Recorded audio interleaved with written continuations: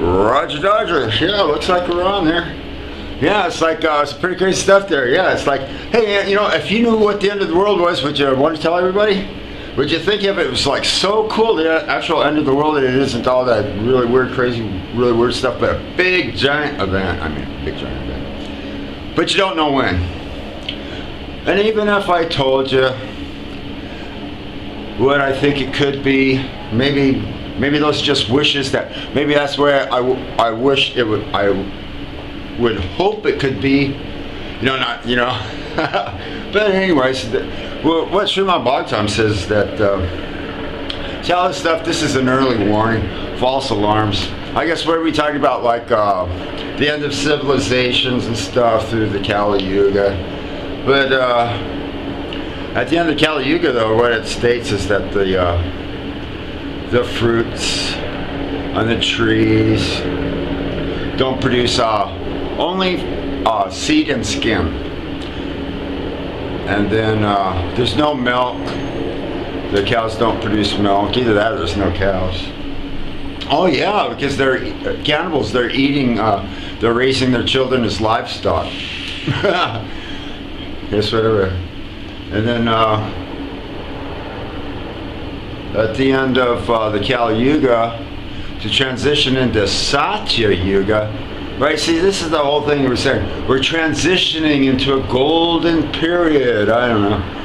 It's electronic human madness. I know, electronic human love, chemical love, psychological love. Oh, emotional love. I am love. You know, I was always intrigued and addicted to that.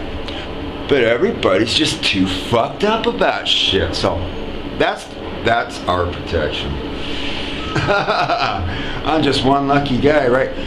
Basically, the whole structure is just this whole big thing. Well, I guess it's just nobody's business. Yeah, so whatever. Well, I'm quite sure, well, who knows? I just wish everybody just wasn't so damn crazy. This thing, that thing, the other thing, this other ass quiet.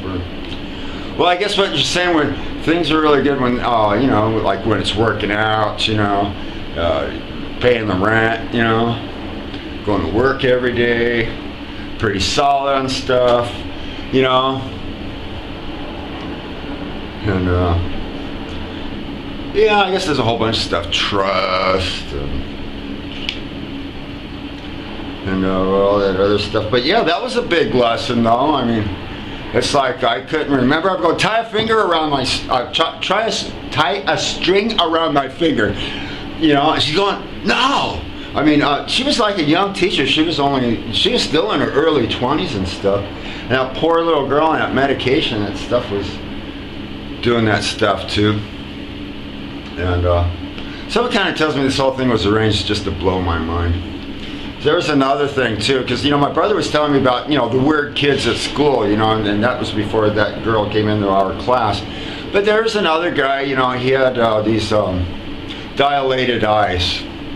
So he always had these, the eye doctor dilated eyes, sunglasses, eye protections. And this is really screwed up. I mean, I really think this stuff was all arranged, you know, to tell you the truth. I think they were like really shoving up my ass in every aspect of my life that they possibly could. After lunch, everybody stands between the fence and the classrooms. And my teacher can even look right out her window, and that's where we are, waiting for the neonates to blow the whistle. And we go to our respective playgrounds. In fact, this was kind of cool because, you know, we weren't specifically assigned a playground where we had to stay in that area. You know, it was more of an open playground. You know, the neonates were there. You know, if we kind of, you know, stepped over one of the yellow lines into one of the other play areas, you know, they would come and let us know to step back over into the proper line, you know. Oh, I like this song, 1960s, you know, all these girls, you know, they're playing handball, And they're going, marijuana, marijuana, LSD, LSD. Scientists make it, teachers take it. Why can't we? Why can't we? I guess these were songs from Men Magazine or something. I don't know. But these were great, sure. And that was like awesome. But yeah, so I did see my brother and I did see that kid. And when everybody was coming up after the cafeteria and lining up over there, it was getting kind of crowded.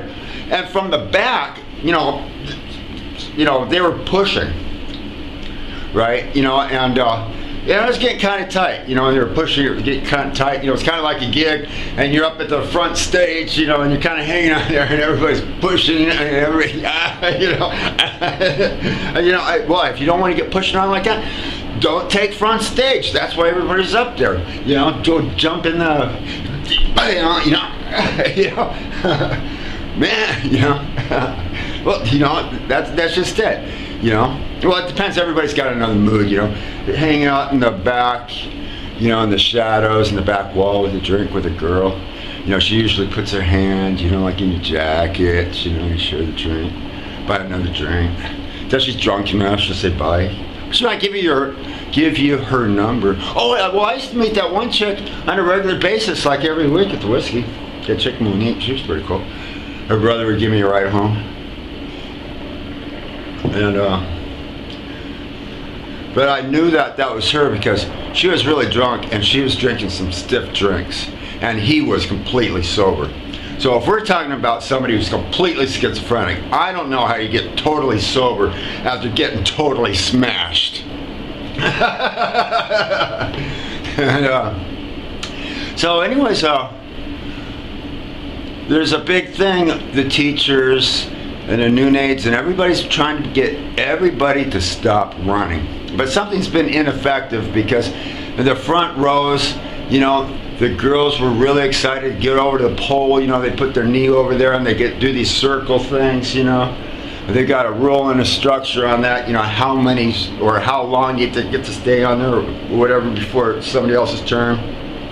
You know, go on the rings, you know, we want to go out the track, dodgeball, foursquare, handball, you know, and so anyways, they blow the whistle and it still happens. You know, all the kids in the front run. And that's what my mom kept asking me about. She goes, well, what happens? I said, they blow the whistle. And my mom says, then what happens?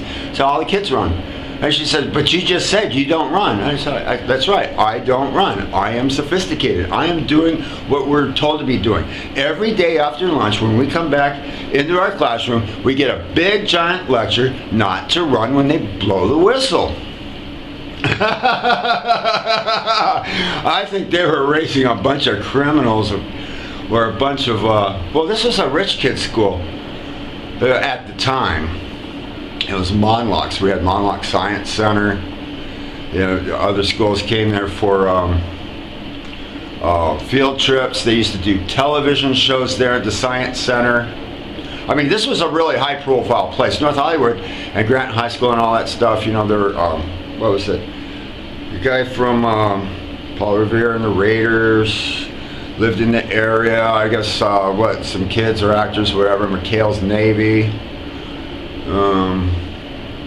A whole bunch of stuff. Oh, Jody and Buffy from Family Affair, and the two twin boys from Please Don't Eat the Daisies.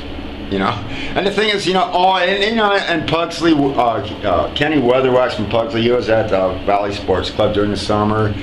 You know, and that's usually it, you know, on your first day.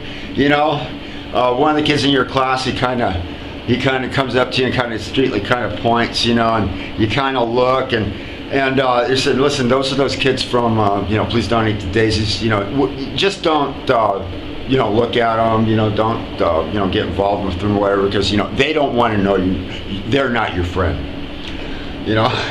So, you know, that's pretty much that on that. Yeah, and the thing is, you know, what is it? So, yeah, but that's kind of cool. It's like the deja vu, you know, it's the stuff that